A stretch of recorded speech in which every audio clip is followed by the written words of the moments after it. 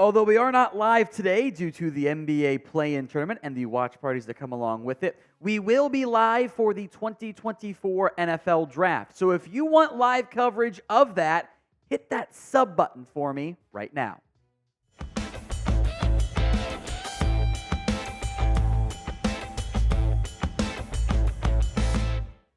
Let's dive into the latest rumors around the NFL, beginning with a somewhat unique thing the Commanders are doing. They are bringing in Jayden Daniels, Drake Maye, and JJ McCarthy together all today for the 30 visits, plus some other prospects they're bringing in as well. This news kind of mentioned by Rapoport saying Daniels, Maye, and McCarthy visiting the Commanders today and are going to meet with Adam Peters, Dan Quinn, among others. Owner Josh Harris will also be in attendance as he continues to observe and support new Washington leadership. So on one hand, I get this. You're going to bring all your 30 visits in, or at least a chunk of them in together so you can get a feel for how those players interact with each other. That's going to be your franchise guy, right? How does he interact with a potential competition and teammates, etc.? But also, isn't this kind of weird?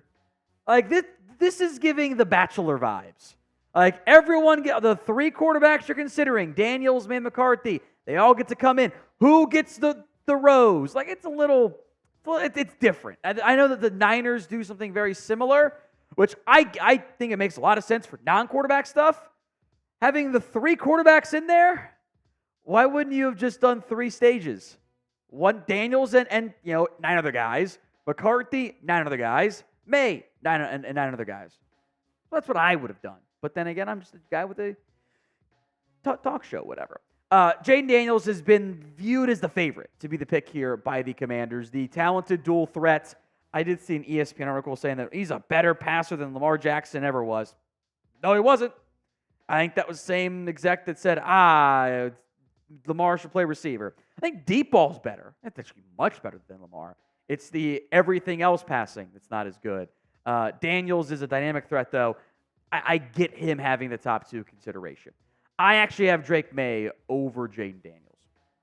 I know the numbers dipped a little bit this year, in part because of some not greatest supporting cast situations there. There are times I hate how he drifts and creates his own pressure, but the arm strength, there is plus mobility as well, if not plus mobility. And when the footwork's on and not drifting, he is a very accurate player. Then there's JJ McCarthy, who we had him in our pre-draft last year mock drafts. The first one after the regular season, or playoffs, or draft itself, I should say. We had McCarthy in there, 364 days in advance. Well, I don't know if he should really be a number 2 overall pick. I wouldn't take him number 3 either. He doesn't have a first-round grade from me. There are things to like. There's even more projection, though, involved for McCarthy than Daniels and Maye. So pick a quarterback. JD for Jayden Daniels, DM for Drake Maye, or JJ for JJ McCarthy. It's the pinned comment on today's show. Tell me who you would take if you ran the Commanders. Meanwhile, with the Vikings trying to find their next quarterback, Adam Schefter reporting the Vikings would like to have Drake Maye over JJ McCarthy if they could get to number 3. More on that in a little bit. By the way, I do buy this, in large part because of this coaching connection here. Josh McCown, the Vikings quarterback coach, coached Drake Maye in high school. It's not that dissimilar from the Cliff Kingsbury, Kyler Murray connections, although the Vikings don't have the same control over their future quarterback, potentially, as the Cardinals did, because the Patriots have that number 3 overall pick. Here's what Adam Schefter reported on ESPN's NFL Live on Monday. I think that Drake Maye is the leader in the clubhouse, but it all depends on the team that you talk to. If Minnesota were to find a way to get up to 3, my sense is that Drake Maye would be the preference. So if you're New England, you have to say, okay, we're at 3. Do we take Drake Maye? Do we trade back and get JJ McCarthy? What do we want to do to come out of this with the quarterback we believe in? Now, I think when it's all said and done, the Patriots will not be trading down. Because a trade down and then a hypothetical trade up for a quarterback, because in theory you got to get in front of 6 and not let the Giants take McCarthy, or maybe it's a misdirect, it's smokescreen season, who knows. The trade down, trade up is very rare with typically poor results. Because if you think the guy's so good, you're going to take him in the top 5, but not top 3, or you're taking top 5 but not top 10, the guy's either just not that good and you're forcing it, or you screw up and miss on the player because you moved down too far. So when it comes to the Vikings, maybe they do make Sam Darnold the guy for a year, which I would kind of doubt. What quarterback do you think the Vikings end up with? Sound off in the comment section right now. The NFL draft is all about NFL teams drafting for their organizations. And when you're hiring for your small business, you want to find quality professionals who are right for the role. That's why you got to check out LinkedIn Jobs. LinkedIn Jobs has the tools to help find the right professionals for your team faster and for free. We have made many a hire here at Chat Sports through LinkedIn, and they've all worked out pretty darn well. LinkedIn isn't just another job board. It has a vast network of more than 1 billion professionals, which makes it the best place to hire. It gives you access to people you can't find anywhere else. LinkedIn does all that while making the process easy and intuitive.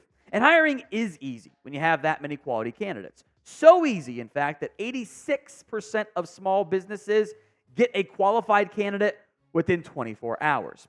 LinkedIn knows that small businesses are wearing so many hats and might not have the time or resources to hire the way that they want and need to.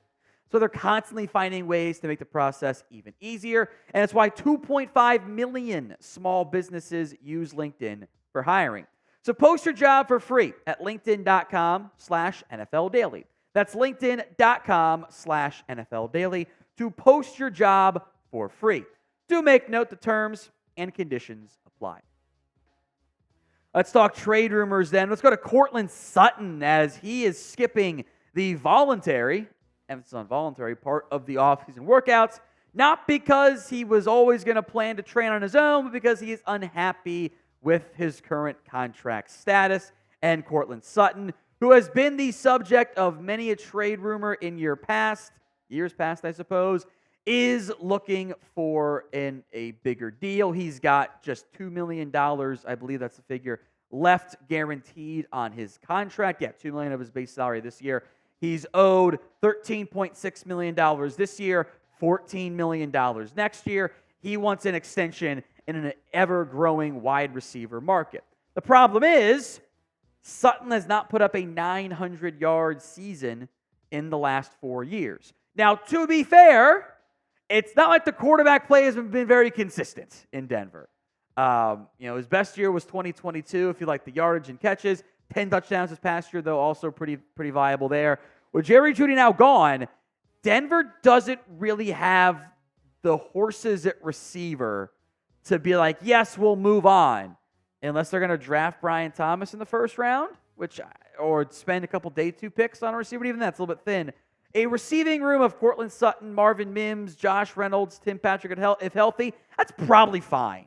You're probably good enough there to ride it out, see if Mims takes that big step forward, allow Reynolds to be locked in as a wide receiver 3. That's probably enough. It's not a game-changing, dynamic room the same way, the Bengals have, or the Niners have, or who insert team here, or maybe the Lions if everyone's healthy up there.